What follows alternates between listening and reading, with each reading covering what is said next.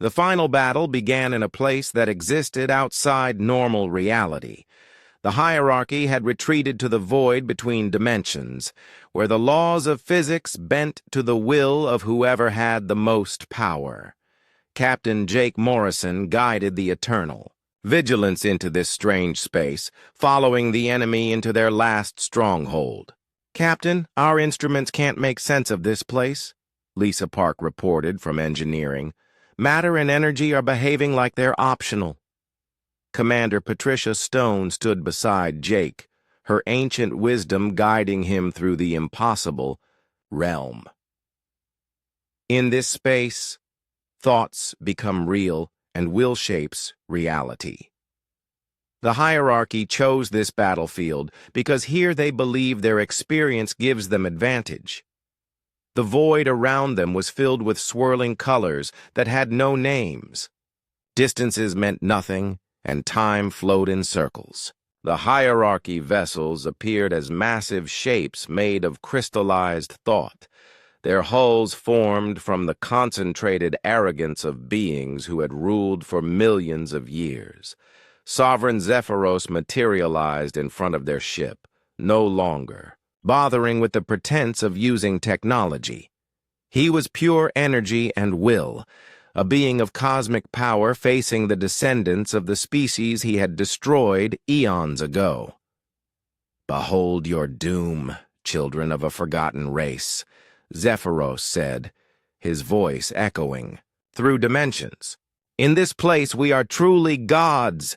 Here we can reshape reality itself to crush you."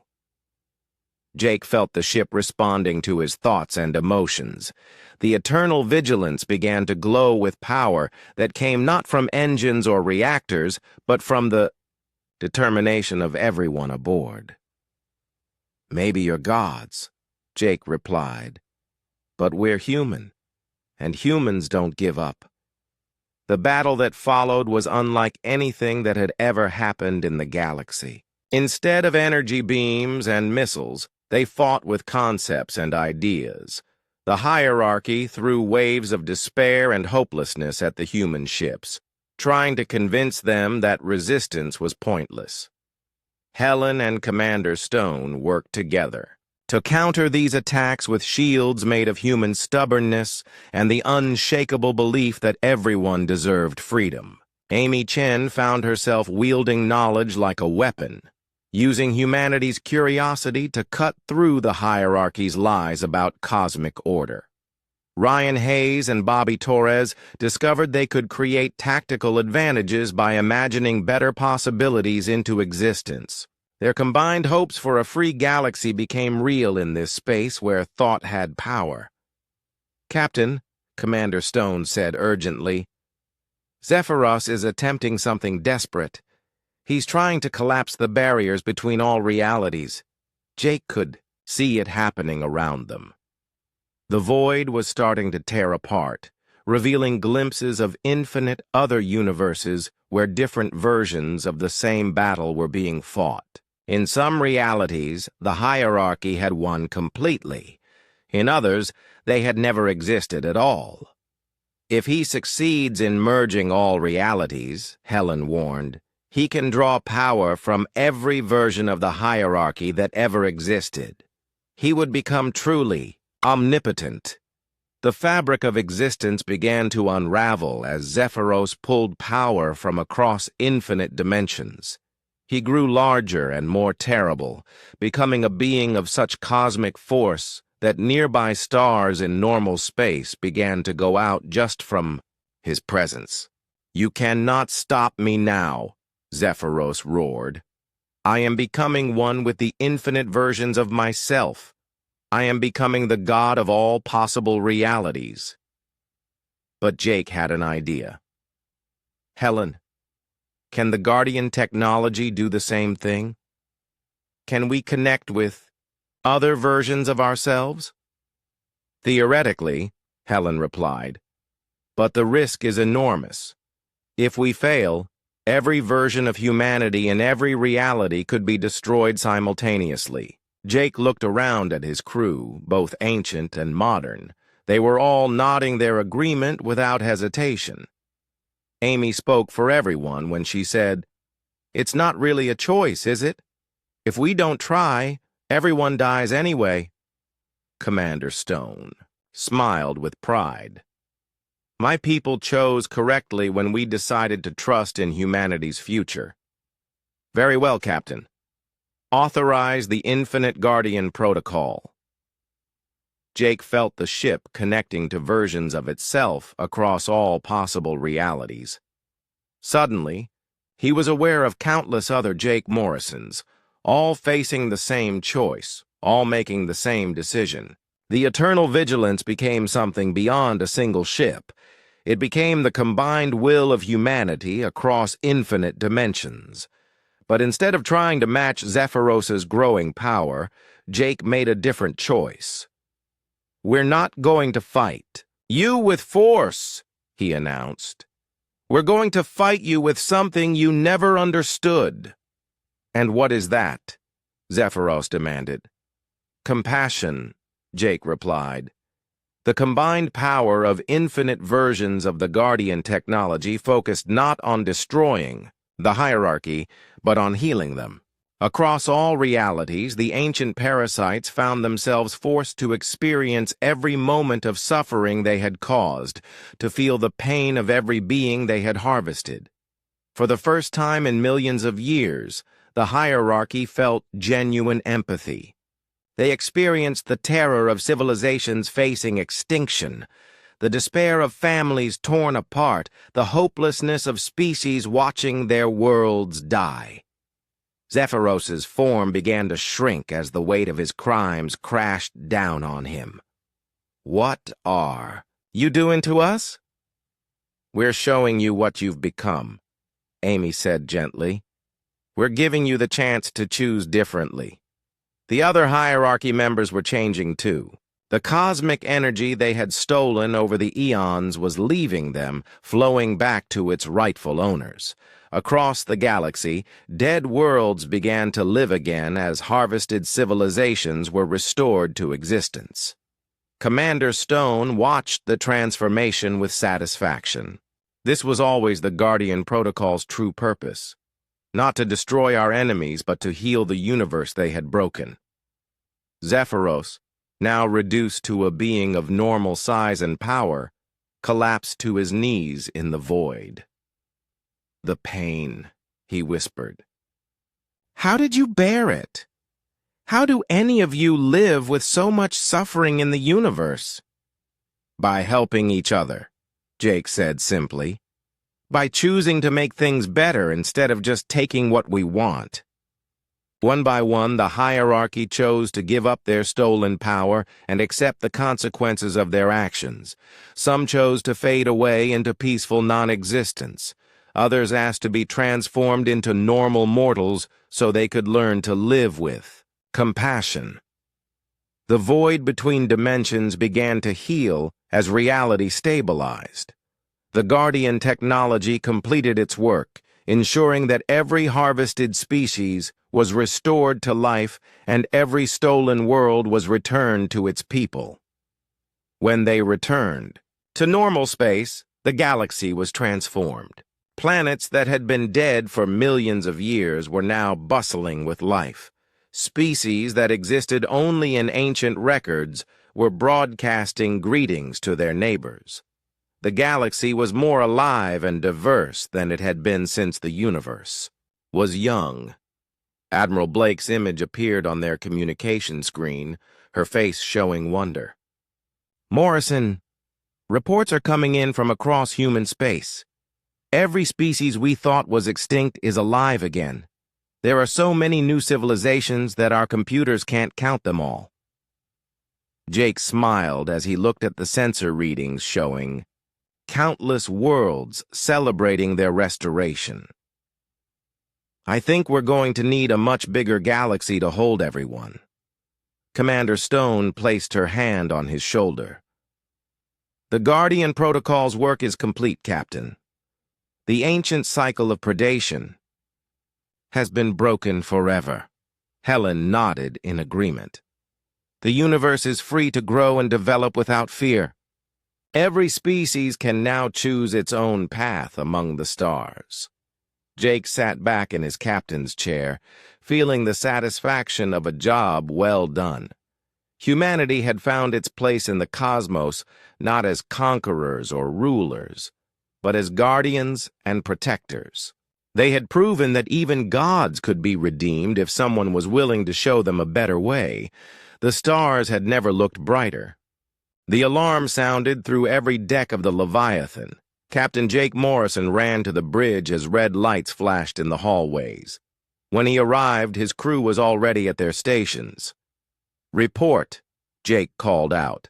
"Captain, we have contact," said Sensor Officer Danny White. "Multiple alien ships detected at the edge of the Tau Ceti system." Jake looked at the main screen.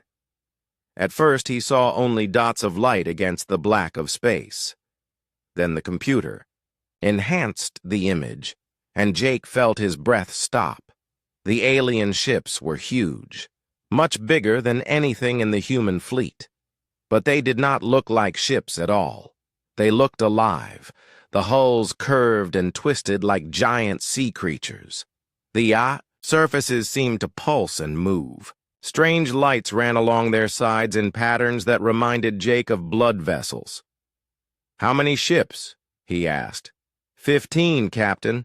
The largest one is about 30 kilometers long." Jake tried to stay calm, but inside he felt afraid. The Leviathan was 15 kilometers long and was the biggest thing humans had ever built. This alien ship was twice as big. Distance, 2 million kilometers and closing. They are moving toward us at high speed. Dr. Lisa Kane ran onto the bridge. She carried her translation equipment in a heavy case. "Captain, I am ready to try communication," she said. "Do it." "Commander Phillips, help Dr. Kane with the transmission." Commander Kate Phillips worked at the communication station. She set up the equipment to send the mathematical signals that Lisa had prepared. "Sending first contact message now," Kate said. The message went out into space. Mathematical sequences that should be understood by any intelligent species. Basic numbers and simple equations. Then more complex patterns that showed humans understood physics and chemistry. For 10 minutes they waited. The alien ships kept coming closer. Then suddenly, every speaker on the bridge crackled to life. The sound that came out was horrible. It was like the screaming of metal being torn apart, mixed with the sound of a giant insect clicking its jaws. But underneath the noise there were patterns. Rhythms that might be language. "They are answering," Lisa said, working quickly at her computer. "The signal is bioelectric, just like we expected. Give me a moment to run it through the translation program." The bridge crew watched as alien symbols appeared on Lisa's screen. Slowly, words in English began to form. "Weak flesh things," the translation read. "You approach the domain of the hegemony. Submit now or face consumption." Jake felt anger rise in his chest. "Ask them if they are willing to talk." Lisa typed quickly and sent another mathematical message. The response came back immediately. "Talk is for equals.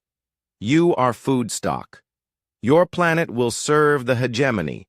Your species will breed soldiers. For our armies or feed our warrior caste." "Food stock?" asked Navigator Dan Foster. "They think we are animals," Jake said. "Dr. Kane, tell them we are an intelligent species. We have technology and science." The message went out. This time, the response was different. The horrible screeching sound came again, but now Jake realized what it was. The aliens were laughing. "Small brain meat thinks it is clever," came the translation. "We have consumed 3,000 worlds. All species think they are special. All species serve the hegemony in the end." Captain Morrison walked to the center of the bridge. He looked at his crew. These people had families back on Earth. children and parents and friends who were counting on them. "Commander Walker," he called to the weapons station. "Prepare a demonstration. I want to show these aliens that we are not helpless." "Yes, Captain." "What kind of demonstration?" Jake pointed at the main screen. "See that asteroid cluster about 1 million kilometers to our left? Destroy the largest one." Troy Walker's hands moved across his control panel. "Main cannon charging, Captain."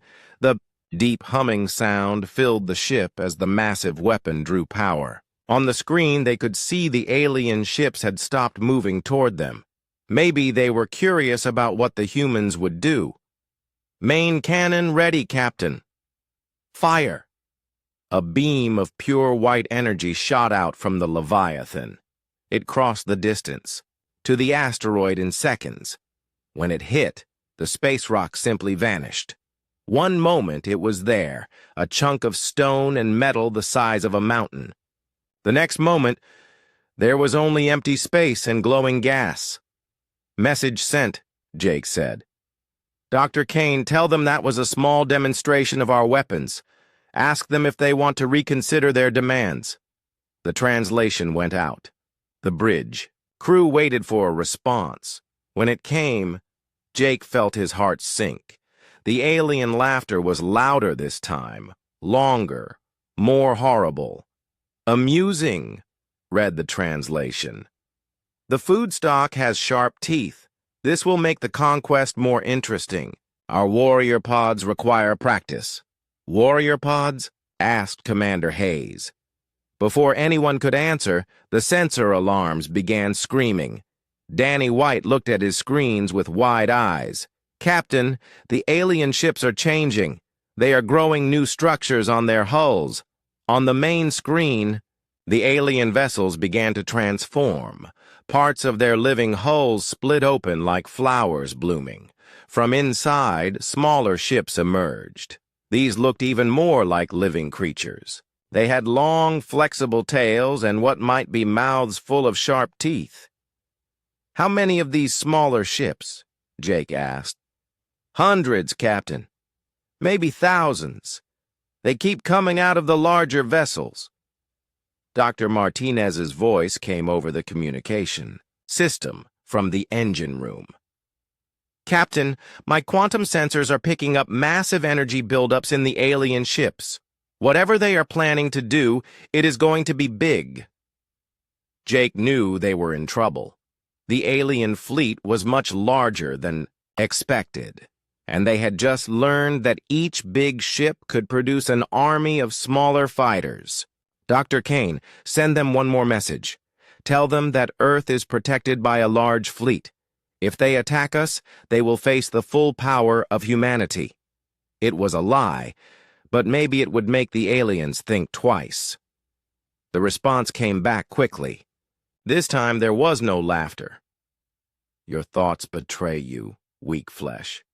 We taste your fear through the quantum foam. Your species has no large fleet. You have only this one vessel." Jake felt cold. How could they know that? Lisa looked up from her computer with fear in her eyes. "Captain, I think their bioelectric communication system works differently than we thought. They might be able to sense our thoughts or emotions through some kind of quantum field." "Are you saying they can read our minds?" "Not exactly, but they might be able to sense strong emotions. Fear, anger, determination." Commander Walker called from the weapons station. "Captain, the alien fighter ships are moving toward us. They will be in weapons range in 5 minutes. Jake looked around the bridge. His crew was scared, but they were also angry. These aliens thought humans were just animals to be eaten or enslaved. They were about to learn differently. "All hands, this is the captain," he said into the ship's communication system. "We are about to engage hostile alien forces. They think we are weak. They think we will surrender without a fight. They do not know humans very well." He paused, thinking about Earth, about every person on the planet who was counting on them. These Aliens have destroyed 3,000 worlds. They have enslaved or eaten every species they have ever met. But they have never met humans before. Today we show them what happens when they threaten Earth. The alien fighters were getting closer. Their weapons began to glow with sickly green light. Dr. Martinez, prepare the quantum displacement field. Commander Walker, all weapons ready. We are going to give these aliens something to remember. The bridge crew worked at their stations with calm efficiency. They were afraid, but they were also determined. The aliens might have bigger ships and more fighters, but they had never faced humans in battle before. Outside the ship, space filled with alien fighters, their weapons charged with power. The battle for humanity's future was about to begin. The war spread across the galaxy faster than anyone had imagined possible. Within hours of the Guardian vessels reaching threatened worlds, the hierarchy abandoned all pretense of being benevolent guides. They revealed weapons that could tear apart reality itself and began using them without restraint. Captain Jake Morrison watched the tactical displays as reports came in from dozens of battlefields. The Guardian projection vessels were holding their own against hierarchy forces, but new enemy ships kept appearing from hidden bases throughout the galaxy. Captain, we're receiving a priority transmission from Earth, Kate Murphy announced. Admiral Blake says the situation there is getting worse.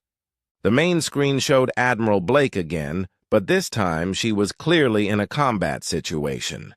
Explosions could be heard in the background, and emergency lights flashed red behind her.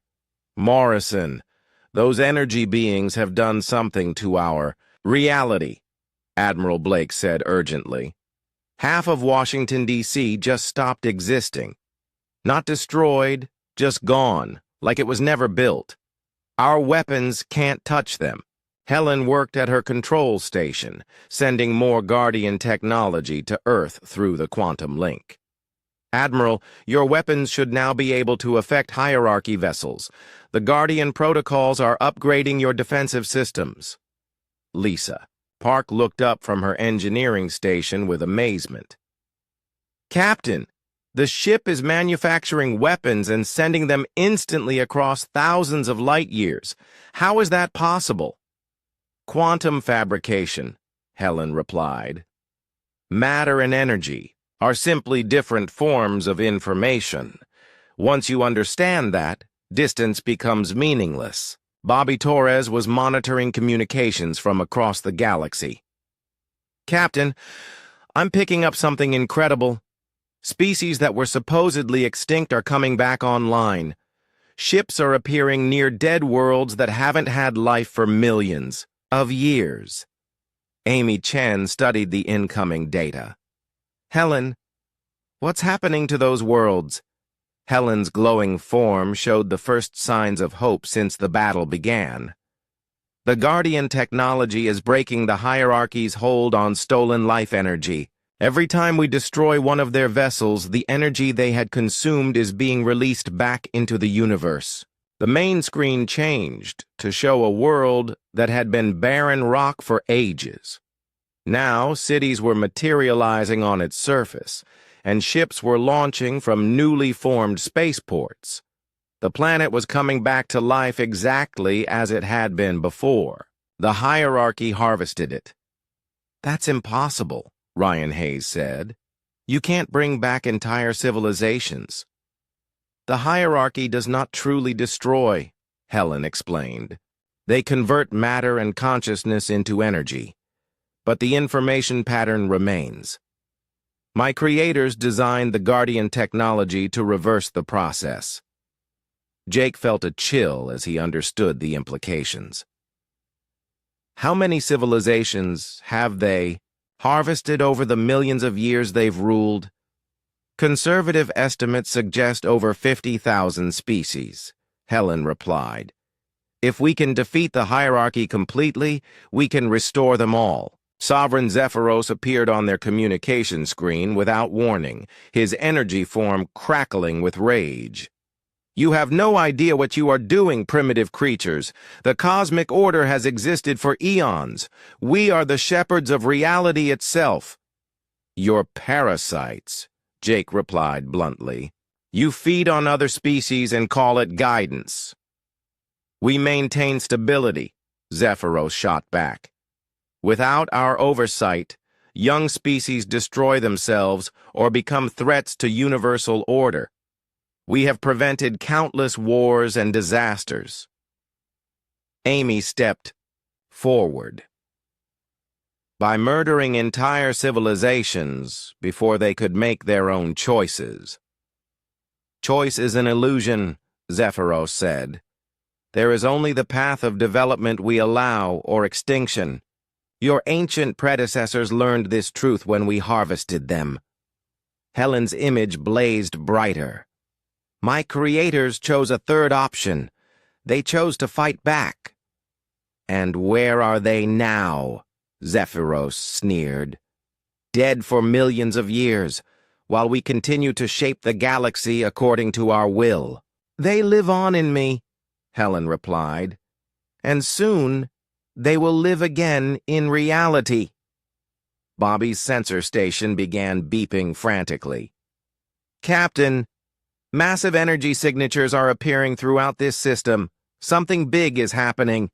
The space around them began to shimmer with rainbow light.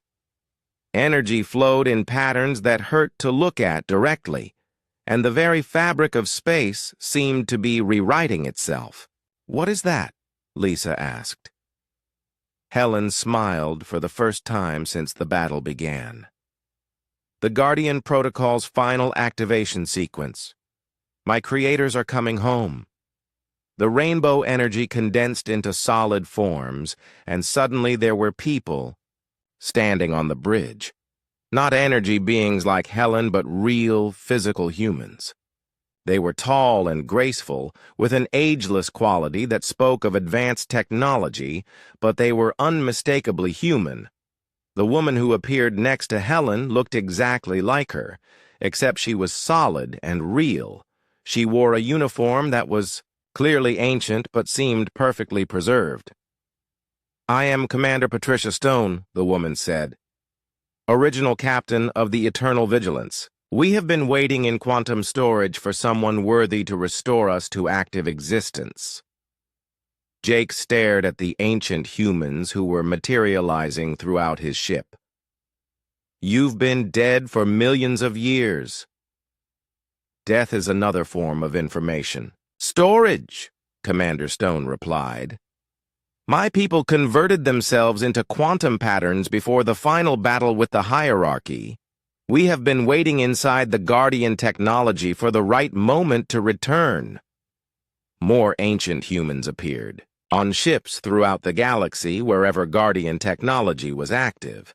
They immediately began taking positions at weapon stations and strategic points, their advanced knowledge combining with current human determination. Ryan watched in amazement as one of the ancient humans, a man who introduced himself as Commander, Alex Carter, began working with the ship's tactical systems. The weapons efficiency just increased by 300%, Ryan reported. We designed these systems, Commander Carter explained. We know how to use them properly. The tide of battle began turning immediately. Guardian vessels throughout the galaxy started winning decisive victories as their ancient creators provided tactical expertise that had been refined over millions of years of preparation. Zephyros appeared on the screen again, his energy form flickering with what might have been fear. This is impossible. We destroyed your civilization completely. Commander Stone stepped into view of the communication system. You destroyed our bodies and our worlds, but we hid our souls in quantum storage, waiting for our descendants to grow strong enough to restore us. You cannot change the cosmic order, Zephyros insisted. We are eternal. We have ruled since the universe was young. Your rule ends today, Stone replied. The Guardian Protocol was designed not just to fight you, but to completely undo everything you have done. Every species you harvested, every world you drained, every civilization you destroyed will be restored. The hierarchy leader's form blazed with desperate fury. Then we will unmake reality itself rather than see our work undone. If we cannot rule the universe, then there will be no universe to rule. Jake felt the ship's sensors detecting massive energy buildups from hierarchy vessels throughout the galaxy. They were preparing something that would affect the fundamental forces holding reality together. They're going to try to collapse the universe back into primordial chaos, Commander Stone said grimly. It's their final option when all else fails. Helen turned to Jake. Captain Morrison, the choice is now yours. You can order the Guardian Protocol to defensive mode, and we might survive the reality collapse. Or you can authorize full offensive deployment. What's the difference? Jake asked. Defensive mode saves humanity and our immediate allies, Stone explained. Offensive mode saves everyone in the galaxy, but the risk to ourselves increases dramatically. Jake looked around at his crew, both ancient and modern. Amy nodded firmly. Ryan gave him a thumbs up. Lisa called from engineering that all systems were ready. Bobby reported that every Guardian vessel in the galaxy was waiting for his command.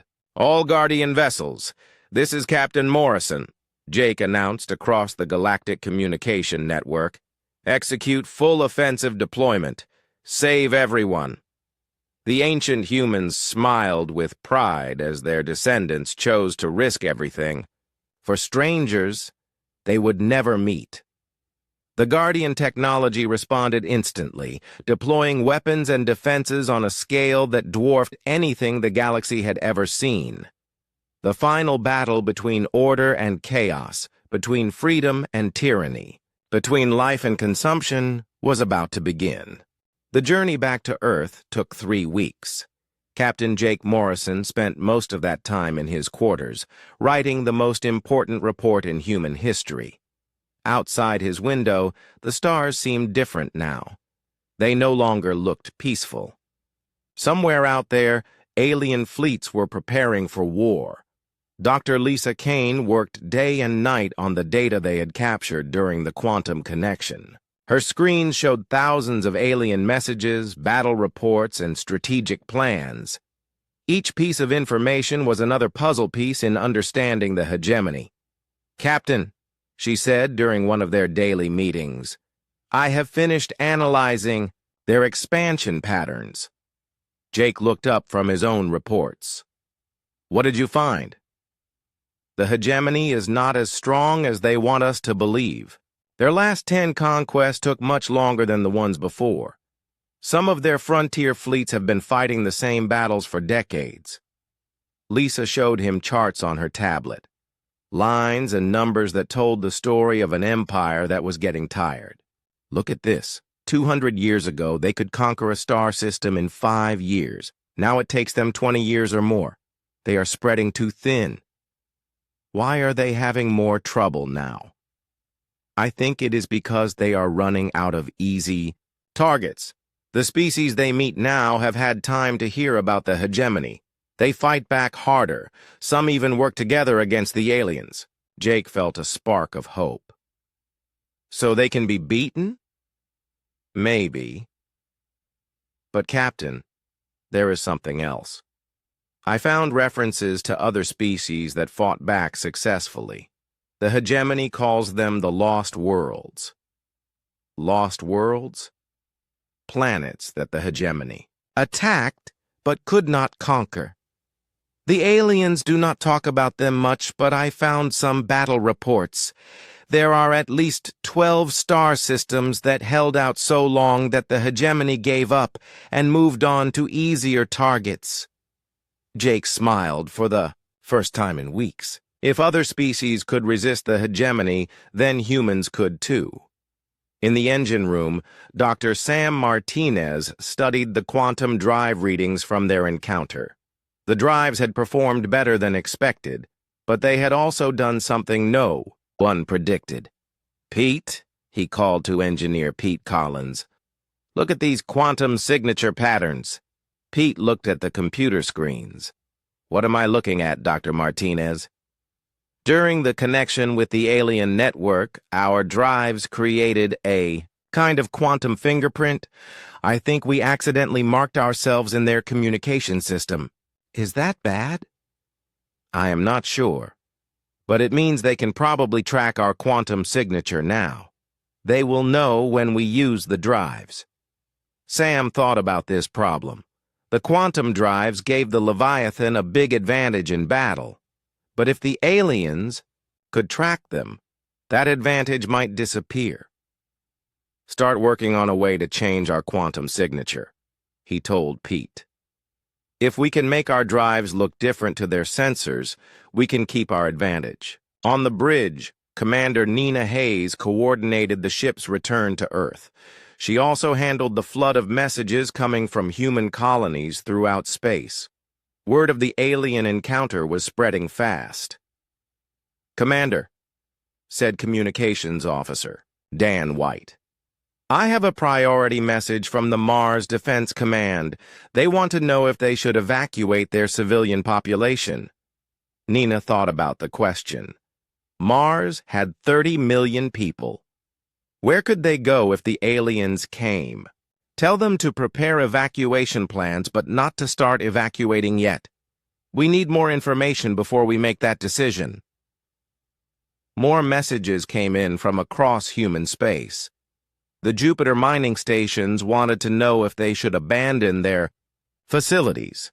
The asteroid belt colonies asked if they should hide or fight. Everyone wanted answers that Nina did not have. In the intelligence section, Lieutenant Colonel Ben Foster worked with his team to analyze everything they had learned about hegemony tactics. The alien messages had given them a detailed look at how the Empire fought its wars. "They always start the same way," he explained to his officers. "First, they send scout fleets to study the target species. Then, they demand surrender. If that fails, they attack with overwhelming force." "But we changed that pattern," said Intelligence Officer Mary Phillips. "Yes. For the first time, a scout fleet pulled back without fighting. That is going to confuse their high command."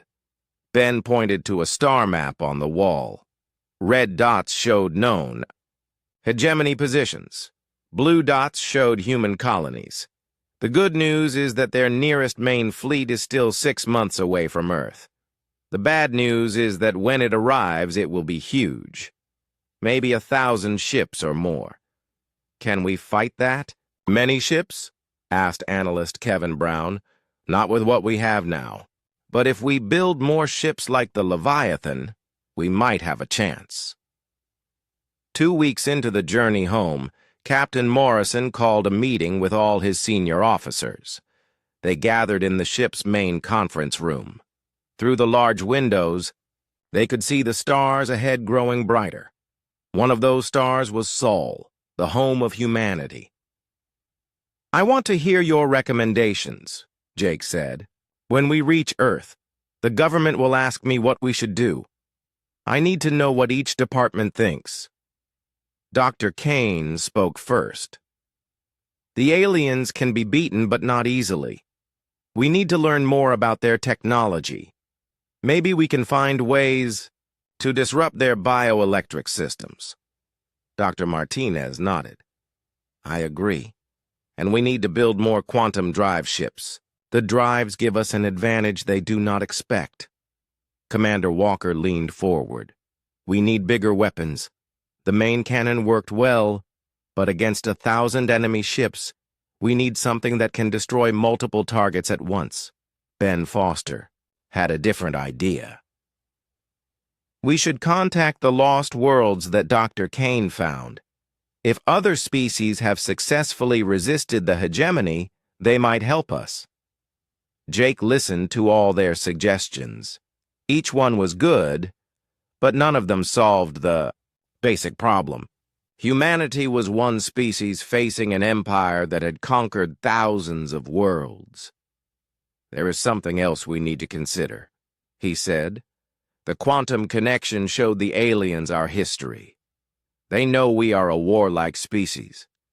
That scared them, this time, but it might also make them more careful. Next time, they might bring enough ships to crush us, no matter how hard we fight." Commander Hayes spoke up. "So, what do you recommend, Captain?" Jake stood and walked to the window. Earth was still too far away to see, but he knew it was out there. Blue oceans and green continents. Billions of people who did not know their world was about to become a battleground. We tell Earth the truth. The hegemony is coming, and they are stronger than anything we have ever faced. But we also tell them that the aliens can be beaten.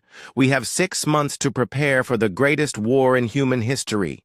"And if Earth's government decides to surrender?" asked Dr. Kane. Jake turned back to face his officers. "Then we remind them of something the aliens learned during the quantum connection. Humans do not surrender. We fight. It is what we do."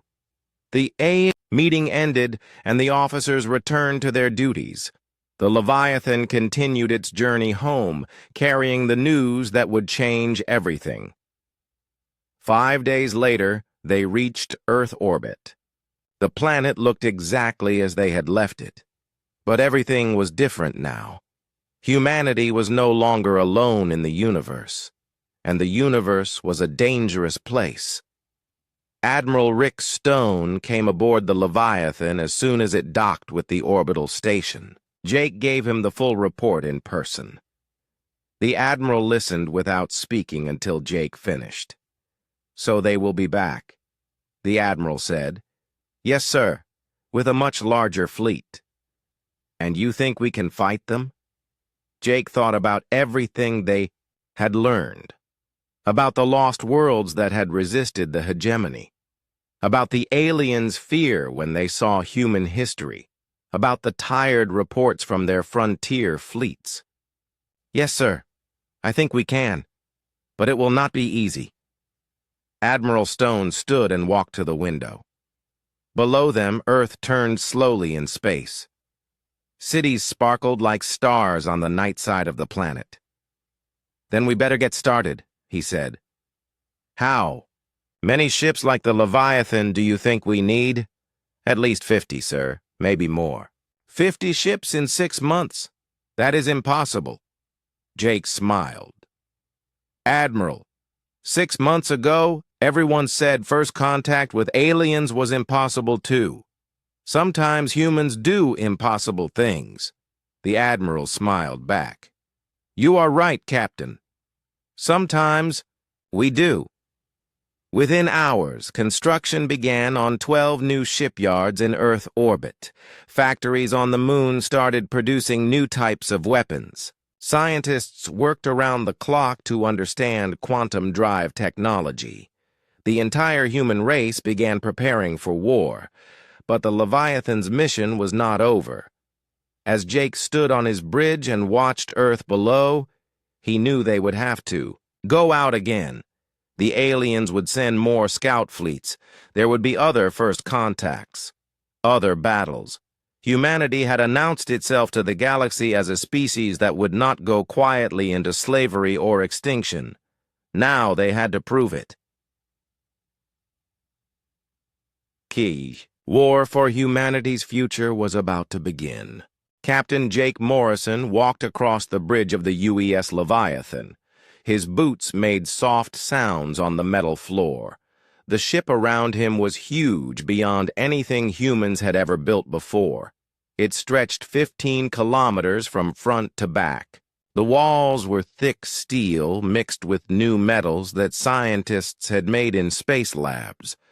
Lights ran along the ceiling in straight lines. They gave everything a blue glow. Jake stopped at the main window. Outside, space looked black and empty. But he knew that was not true anymore.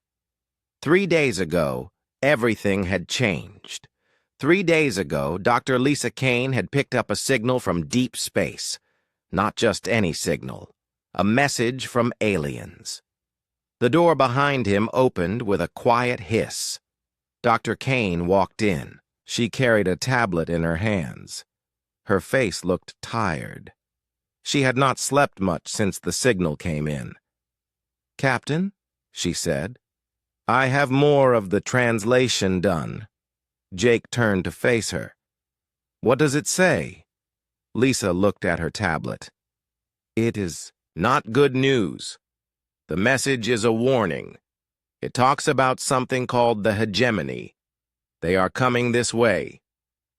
"Coming here? To Earth?" "Yes, but not just to Earth. The message says they take over every world they find. Some planets they turn into slave worlds. Others they destroy completely." Jake felt cold inside his chest. "How long do we have?" "The signal is old. Maybe 6 months. But their ships move fast. I think we have maybe 1 year before they reach our space." The bridge door opened again. Admiral Rick Stone walked in. He was an older man with gray hair and deep lines around his eyes. He had fought in the Mars Wars 20 years ago. He knew about fighting. "Captain Morrison," the Admiral said, "I need to talk to you and Dr. Kane." They walked to a small room off the bridge. The Admiral closed the door behind them. "I have been talking to the leaders on Earth," he said. "They want to know what we should do. Some think we should hide, make our ships dark and hope the aliens pass by. Others think we should try to talk to them, send messages of peace." Jake looked out the small window. "What do you think, Admiral?" Rick Stone was quiet for a moment. "I think both ideas are wrong. If we hide, they will find us anyway. The message shows they are good at finding planets with life, and if we try to talk peace, they will see us as weak." "So what do we do?" Lisa asked. The Admiral smiled, but it was not a happy smile. "We do what humans do best. We meet them on our terms. We show them that Earth is not easy to take." Jake felt. His heart beat faster. "You want to take the Leviathan to meet them?" "That is exactly what I want. This ship is the strongest thing we have ever built. It has weapons that can crack moons. It has shields that can stop anything we know about. And it is big enough that anyone who sees it will know we are serious." Lisa shook her head. "But, Captain, we do not know anything about their weapons. Their ships might be much stronger than ours." "Maybe," the Admiral said, "but we know something about them from the message. They expect other races to give up without a fight. They have been doing this for a long time. They think they know how it will go." Jake walked to the window again. Outside, he could see other human ships, smaller ships that looked like toys, next to the Leviathan. "When do we leave?" "Soon," Rick said. "I'm putting Commander Nina Hayes in charge of getting the crew ready. We will need everyone working together for this." The Admiral left them alone. Lisa sat down in a chair. She looked at her tablet again. "There is more in the message," she said. "Things I have not told you yet." "What kind of things?" "Numbers. The hegemony talks about how many worlds they have taken, how many different types of aliens they have met." She looked up at Jake. "Captain, they have been doing this for thousands of years. They have taken over more than 3,000 different planets." Jake felt the cold feeling in his chest get stronger. 3,000? Yes. And the message talks about what happens to the aliens they find. Most become slaves. They work in mines or farms. Some are used for testing new weapons. And some... She stopped talking. "Some what?" "Some are used as food." Jake was quiet for a long time. He thought about Earth, about the cities full of people who did not know what was coming, about children playing in parks, about families having dinner together. "Dr. Kane," he said, "how sure are you about the translation?" "Very sure. I have checked it many times. The math is clear. The language patterns are consistent. This message is real. And you think we only have a year?" "Maybe less. Their scout ships move faster than their main fleet. They might already be in our area of space." Jake made his choice. He opened the door and walked back to the bridge. Lisa followed him. The bridge crew looked up when they came in.